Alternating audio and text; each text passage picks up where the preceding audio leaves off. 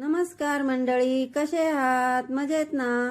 आपण बघत आहात सुमन्स मॅजिक.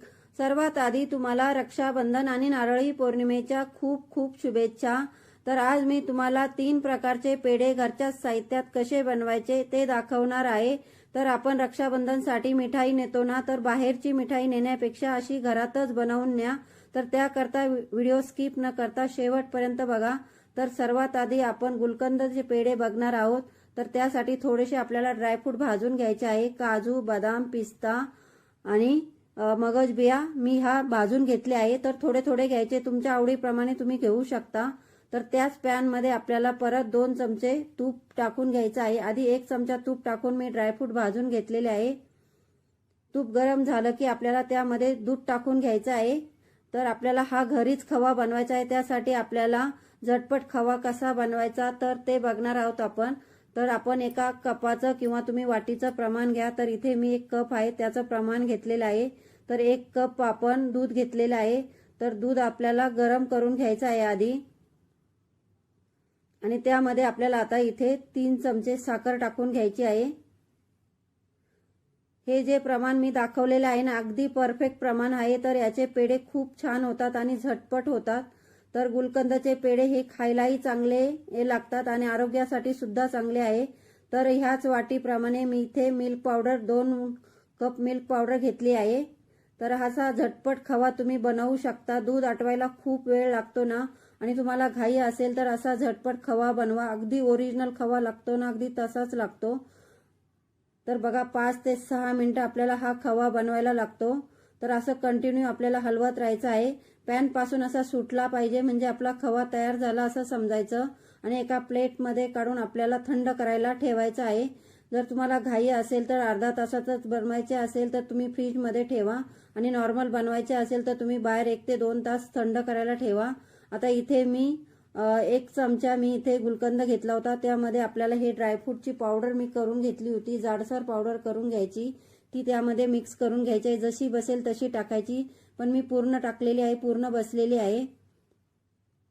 इथे आपला खवा सुद्धा थंड झालेला आहे. तुम्ही बघू शकता अगदी ओरिजिनल खव्यासारखाच हा खवा दिसत आहे. तर आता याचे आपण पेढे बनवून घेऊ.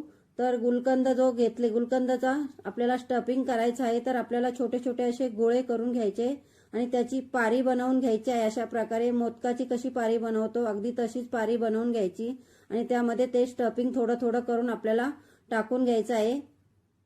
आणि जसा पेढ्याला आकार देतो ना, अगदी तशाच प्रकारचा पेढ्याचा आकार द्यायचा. आणि त्याला एका काट्याने आपल्याला असे डिझाईन करून घ्यायचे आहे. तुम्ही कशी डिझाईन करू शकता, सुरीने सुद्धा करू शकता, पण मी ते काट्याने केली आहे. आणि थोडासा खवा उरला आहे ना, त्यामध्ये जो उरलेला गुलकंद आणि ड्रायफ्रूट आहे ना, ते टाकून घेतलेले आहे. थोडंसं तूप लावून घ्यायचं आणि दोन्ही सगळं मिक्स करून आपल्याला अशा सुद्धा पद्धतीने तुम्ही हे पेढे करू शकता. पण जे आपण स्टफिंग भरतो ना, ते पेढे दिसायला छान दिसतात आणि हे थोडेसे आपल्याला काळपट तुम्हाला दिसणार आहे, पण खायला अप्रतिम लागतात. तुम्हाला कळणार सुद्धा नाही की हे तुम्ही दूध पावडर पासून असे बनवलेले आहे. तर अशा प्रकारे काट्याने किंवा सुरीने त्याला कट करून घ्यायचे आणि अशी डिझाईन बनवून घ्यायची. तर अशा प्रकारे आपले तुम्हाला मी एक तोडून सुद्धा दाखवते. तर आता आपण दुसरा पेढा जो बनवणार आहोत, तर तो चण्याच्या पिठाचा पेढा आपल्याला बनवायचा आहे. तर चण्याच्या पिठापासून कधीही कोणी पेढा बनवला नसेल, तर त्यासाठी मी इथे त्याच कपाप्रमाणे 1 कप तूप घेतलेलं आहे आणि 1 कप चण्याचं पीठ आपल्याला मंद गॅसवर आपल्याला असं भाजून घ्यायचं आहे. आपल्याला हे जास्त लालसर करायचं नाही, फक्त थोडासा कलर चेंज होईपर्यंत भाजून घ्यायचं आहे. म्हणजे 5 ते 6 मिनिटं आपल्याला मीडियम गॅसवर भाजायला लागतात. आता त्याच कपाप्रमाणे अर्धा कप मी इथे मिल्क पावडर टाकलेली आहे. आता इथे गॅस बंद करूनच आपल्याला ही पुढची प्रोसेस आहे ना, ती करायची आहे. आणि इथे मी काजूची पावडर 1 कप घेतलेली आहे. एकदम बारीक करून घ्यायची, पण मिक्सर चालू बंद करून आपल्याला ही पावडर बनवून घ्यायची आहे. आणि इथे मी अर्धा कप डेसिकेटेड कोकोनट टाकलेला आहे. अशा प्रकारे हे सर्व साहित्य आपल्याला ह्या गरम चण्याच्या पिठातच टाकून घ्यायचं आहे. आता हे थंड होईपर्यंत आपण इथे एक चाचणी बनवून घेऊ. तर 1 कप मी साखर घेतली आहे आणि 1 कप पाणी घातलेलं आहे. आता इथे आपल्याला 1 चाचणी किंवा 1 तारी अशी पाक करायचा नाही, फक्त साखर वितळेपर्यंत आपल्याला ही गरम करून घ्यायची आहे. बिलकुल चिकट वगैरे करायची नाही आणि इथे गॅस लगेच बंद करायचा आणि आपण जो चण्याचा पिठाचा बॅटर केलेला आहे ना त्यामध्ये हे टाकून घ्यायचं आहे आणि पुन्हा एकदा पॅन आपल्याला गॅसवर ठेवायचा आहे, गॅस चालू करायचा आणि कंटिन्यू हलवत राहायचं आहे जेणेकरून त्यामध्ये गुठळ्या राहणार नाही. अशा प्रकारे हलवत राहा जेणेकरून आपल्याला हे बॅटर बनवण्यासाठी 10 ते 12 मिनिटं लागणार आहे. तर अशा प्रकारे हे कढईपासून सुटलं पाहिजे आणि एका वाटीत घेऊन बघायचं. तर आपला पेढा थंड झाल्यानंतर होतो आहे की नाही हे बघण्यासाठी एका वाटीत घेऊन बघा. हाताला चिटकलं नाही पाहिजे म्हणजे आपलं बॅटर हे तयार झालेलं आहे. तर आपला इथे बॅटर आता तयार झालेलं आहे. एकाच तुम्ही कुठलाही ट्रे वगैरे घ्या किंवा तुमच्याकडे बर्फीचं एखादा मोल्ड असेल ना त्यामध्ये तुम्ही टाकून घ्या. तर हे पेढे जे बनवणार आहोत ना ते हाताने बनवणार नाही. तर एका भांड्यामध्ये आपल्याला टाकून हे सेट करायला ठेवायचं. तुम्ही फ्रीजमध्ये ठेवा किंवा बाहेर ठेवा, असं स्पॅच्युलाने पसरवून घ्या. खूप झटपट असे हे पेढे तयार होतात आणि खायला तर तुम्हाला कळणार सुद्धा नाही की हे चण्याच्या पिठाचे पेढे आहे. तर बघा आता इथे मी फ्रीजमध्ये ठेवून थंड करून घेतली आहे. तुम्ही याला बर्फी सुद्धा म्हणू शकता. तर अशा प्रकारे माझ्याकडे साचे होते तर त्यांनी मी हे पेढे पाडून घेतलेले आहे. असे तुमच्याकडे गोल असेल तर गोलनी सुद्धा करा किंवा तुमच्याकडे बाटलीचं बूच असेल ना तर त्याने सुद्धा तुम्ही करू शकता. पण असे हार्ट शेपचे बघायलाही चांगले वाटतात आणि कुणाला देताना सुद्धा खूप सुंदर दिसतात. तुम्हाला देताना वाटणार सुद्धा नाही की तुम्ही हे मिठाईच्या दुकानातून आणले आहे की घरीच बनवलेले आहे. खायला तर अप्रतिम टेस्ट लागते. यामध्ये 1, 2 ते 4 चमचे मी इथे इसेन्स सुद्धा टाकलेला आहे तर ते मी सांगायला विसरली होती. तर बघा यावर थोडेसे आपण ड्रायफ्रूटची गार्निशिंग करून घेऊ. अशा प्रकारे आपले चण्याचे पेढे सुद्धा तयार झालेले आहे. तर आता पुढची जी रेसिपी आपण बघणार आहोत तर ती तर बघा आपले हे पेढे सुद्धा तयार झाले आहेत. दुसरी आता रेसिपी बघूया. तर आपण तीळ असतात ना तर त्याच्यापासून आपण पेढे बनवणार आहोत. तर तिळाचे पेढे आधी कोणीही केले नसेल तर बघा 1 वाटी मी इथे गावरान तीळ घेतलेले आहे.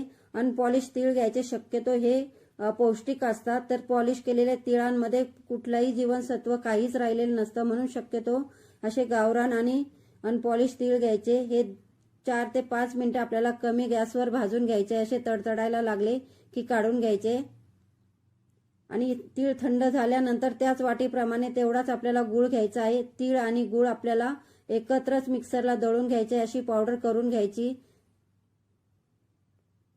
आता इथे आपल्याला 1 वाटी मी मिल्क पावडर घेतली आहे आणि अर्धी वाटी दूध घेतलेलं आहे आणि हे दोन्ही आपल्याला मिक्स करून घ्यायचे आहे. त्याच्या गोठुळ्या राहणार नाही अशा प्रकारे मिक्स करून घ्यायचं. चमच्याने किंवा स्पॅच्युलाने कशानेही तुम्ही मिक्स करून घेऊ शकता. तर अशा प्रकारे घट्ट असं मिक्स करून घ्यायचं आहे. खूप जास्त दूध टाकायचं नाही, नाहीतर आटवायला वेळ लागतो. आता एका पॅनमध्ये आपल्याला हे दूध टाकून घ्यायचं आहे. आता हे आपण थोडंसं आटवून घेऊ आधी आणि त्यामध्ये आपल्याला 1 चमचा तूप टाकून घ्यायचं आहे.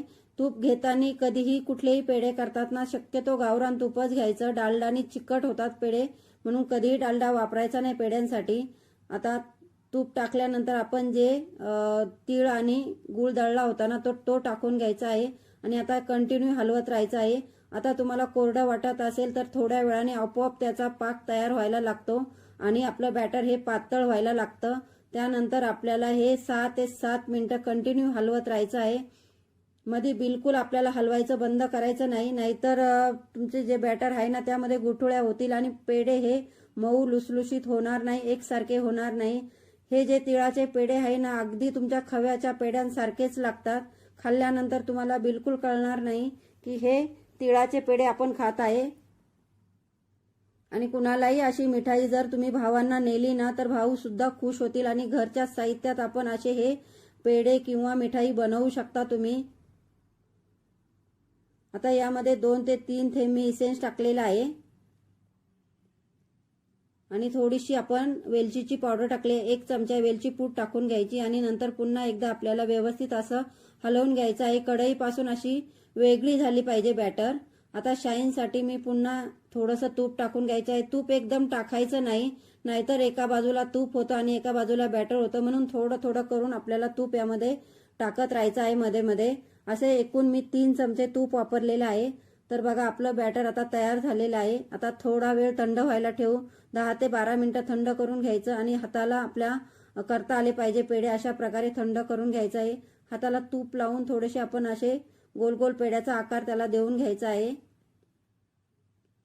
तुम्ही बघू शकता किती सुंदर असे पेढे सुद्धा आपले तयार होत आहे. नेहमी तेच पेढे बाहेरचे पेढे खाऊन कंटाळा आला असेल तर तुम्ही असे झटपट पेढे कधी तुम्हाला जरी सण नसेल किंवा कुणाला द्यायचे नसेल तरी तुम्ही असे पेढे बनवू शकता. सुरीने असे कट देऊन त्याला अशी वेगवेगळी डिझाईन बनवू शकता. तुम्ही काट्या चमच्याने सुद्धा तुम्ही अशी डिझाईन पेढ्यांवर बनवू शकता किंवा तुम्हाला प्लेन हवे असेल तर तुम्ही प्लेनने सुद्धा बनवा. तर बघा अशा 2 प्रकारचे मी तुम्हाला बनवून दाखवले आहेत आणि तिसरी एक सोपी पद्धत सुद्धा मी तुम्हाला अजून एक दाखवणार आहे झटपट होणारी. तर बघा असा एक गोळा करून घ्यायचा, त्याला लांबसर असे लांब करून घ्यायचा आणि असा मध्ये दाबायचा. हा तर खूपच झटपट होतो, याला वेळ सुद्धा लागत नाही. तर याला सुद्धा आपण आता सुरीने कट मारून घेऊया. असे कट मारल्यामुळे तुम्हाला कळणार सुद्धा नाही की हे मार्केटचे पेढे आहे की आपण हे घरातच बनवलेले आहे. पाहुणे आल्यानंतर सुद्धा तुम्ही असे पेढे बनवू शकता. अगदी अप्रतिम लागतात खायला. तर तुम्ही बघू शकता आपले तिन्ही प्रकारचे पेढे तयार झालेले आहे. तर असे पेढे तुम्ही एकदा नक्की करून बघा. सगळे पेढे अप्रतिम लागतात. आणि चॅनलवर जर तुम्ही नवीन असाल तर चॅनलला सबस्क्राईब करा, म्हणजे ज्या माझ्या कुठल्याही नवीन रेसिपी येतील त्या सर्वात आधी तुम्हाला बघायला मिळतील. आणि लाईक करा, शेअर करा आणि कमेंट करायला मात्र विसरू नका. व्हिडिओ बघितल्याबद्दल थँक्यू, धन्यवाद. आणि माझे जे व्हिडिओ मी तुम्हाला दाखवते हे तुम्हाला कसे वाटतात हे मला कमेंट करून नक्की कळवा. थँक्यू, धन्यवाद.